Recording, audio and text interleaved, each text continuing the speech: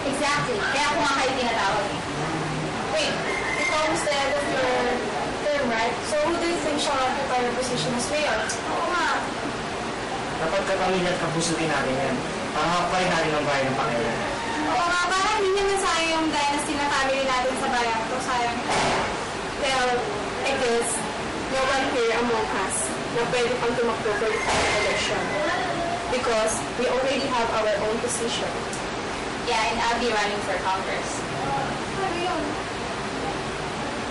I think we need to talk to Terry for him to answer. Wait, di ba nun sa States na siya? And he lives there. Paano yun? Kaya ako, we can do something about that.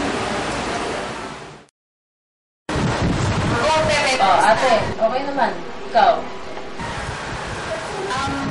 Kailangan mo ko yun kasi kailangan ka naman siya ni Papa.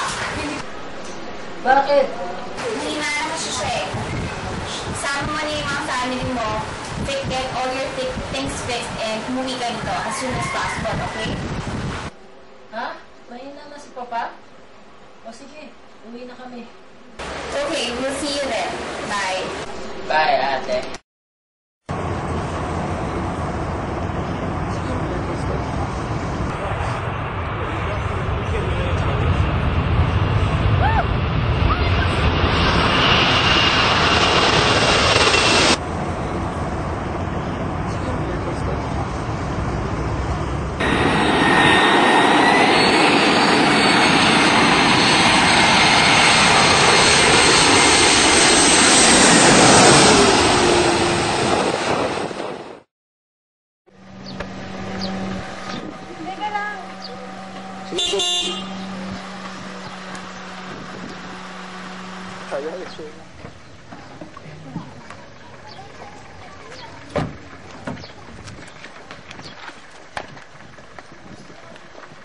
Init naman dito sa Pilipinas.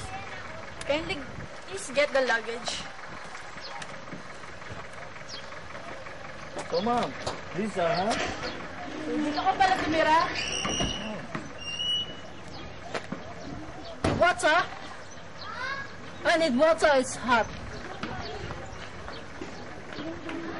Laki na ng pinagbago. Ito pala ang Pilipinas. Mama. Papa. Anak.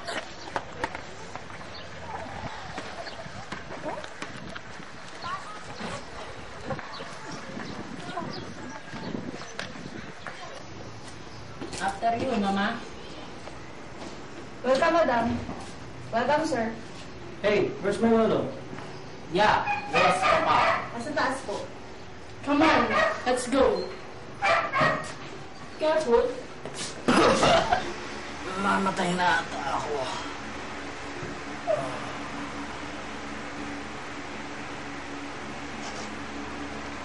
Ang tagal na na.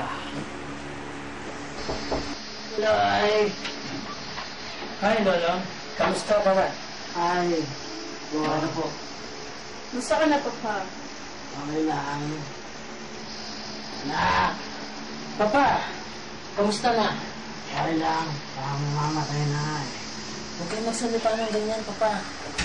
Sakto lang dating nyo. Si Fred, ang laki na. Malaki na ang inyong apo.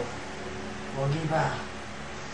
Mga pala, bago matapos ang lahat, gusto kong ayusin yung mga bagay-bagay sa bayan tsaka sa pamilya natin bago mamatay. Ano ba yun, Papa? Tungkol saan ba yan? Mga bagay na kailangan yung sabihin? Tungkol sa bayan tsaka sa pamilya natin bago mamatay. Teka lang, Papa. Kukunin ko muna yung gamot. Sandali lang po. Oh, wait. Sama ko. I need to fix our things pa. Sige. Bye, Fred. Bye, Lolo. Papa, saglit lang.